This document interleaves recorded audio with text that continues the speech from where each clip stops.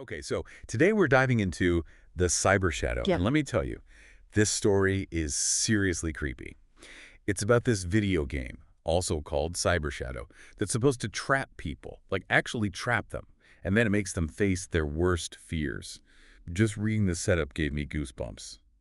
Have you heard of this one before? Yeah, it's like one of those urban legend type things, digital horror story. It's been making the rounds online. Right. Like, it's one thing to read a scary story, but this is a story about a game that could, like, actually exist.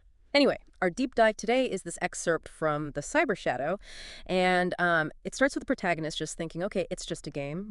What's the worst that could happen? Famous last words, right? Totally. And what gets me is how the author sets up the mood right away, like from the first page. The protagonist is in their room, it's dim.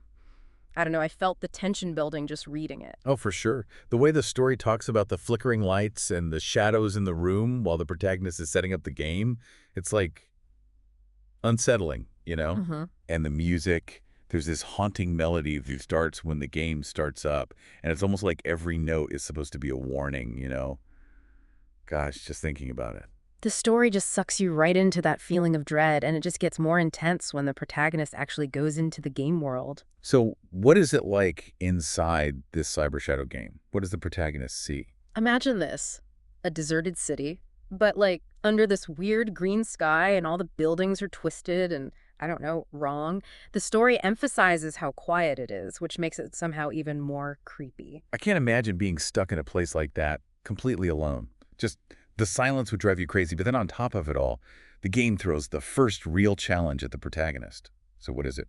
Some terrifying monster. Yeah. Well, you might be surprised to hear that it isn't some kind of monster, like in the traditional sense. The protagonist's first encounter is actually with Greg, who was their childhood bully.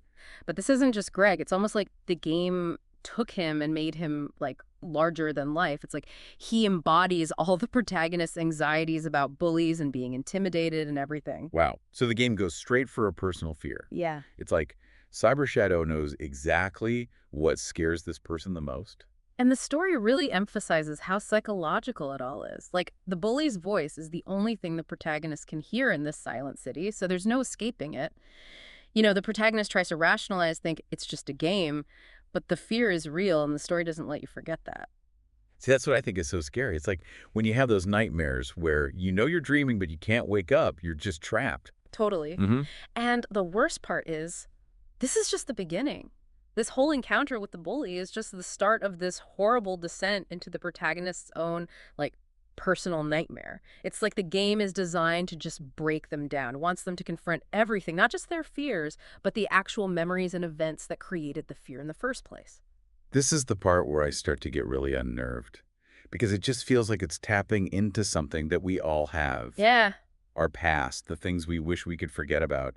But Cyber Shadow, it won't let you forget. It forces you to look at all of it. Exactly. And we're going to see that as the story continues.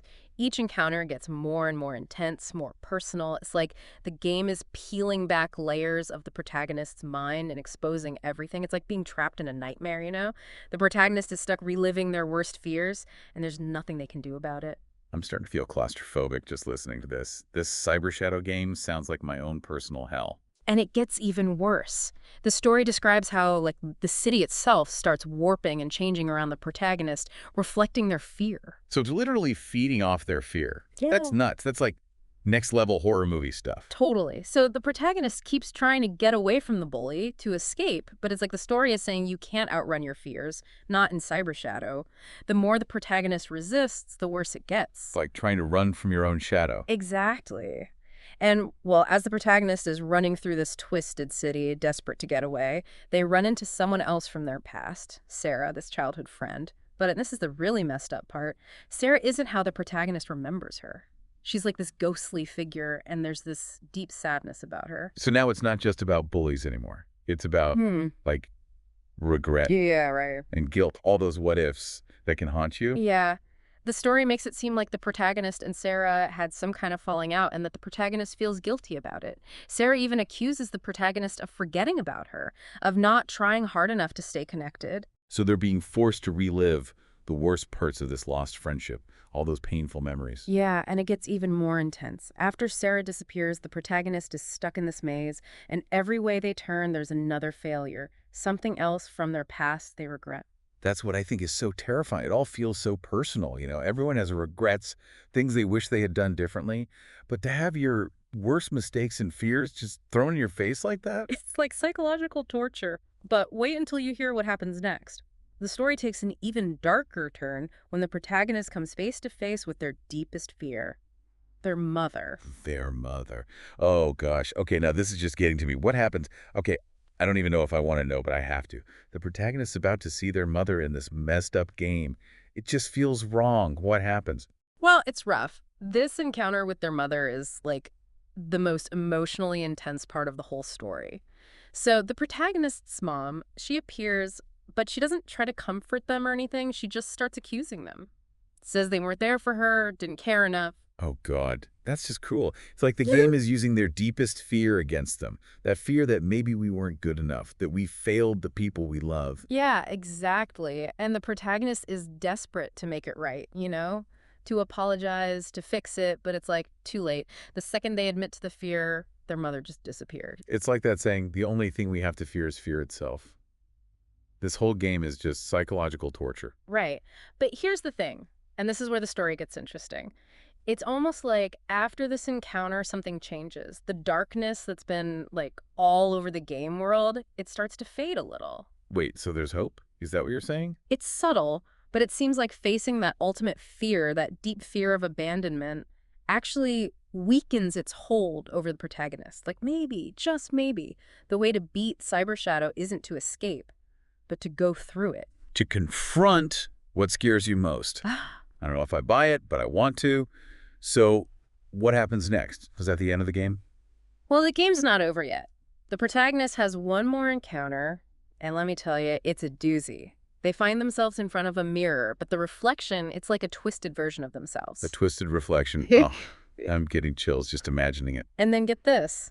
The reflection starts talking. It says, "You're the real monster. You're the one who locked yourself in here." Wow. So it's like the game is saying we create our own prisons, that we're our own worst enemies. It's like a moment of truth for the protagonist, and as soon as they realize it, as soon as they see it, the mirror shatters and they're back in their room, they're back in reality. So But there's always a but. What's different? What's the catch? the game is over, at least for now, but something about the ending just feels off. Like the protagonist is safe, but they don't feel safe. It's like Cybershadow planted this seed of doubt, this lingering question. Have they really escaped their fears, or have those fears just found a new way to haunt them? Do our fears ever really go away completely? I don't know. That's kind of a terrifying thought to end on. I am definitely going to be thinking about this one for a while. Anyway, that was intense. To all our listeners, if you decide to check out the Cybershadow, well, sweet dreams. And remember, sometimes the scariest monsters are the ones we create ourselves.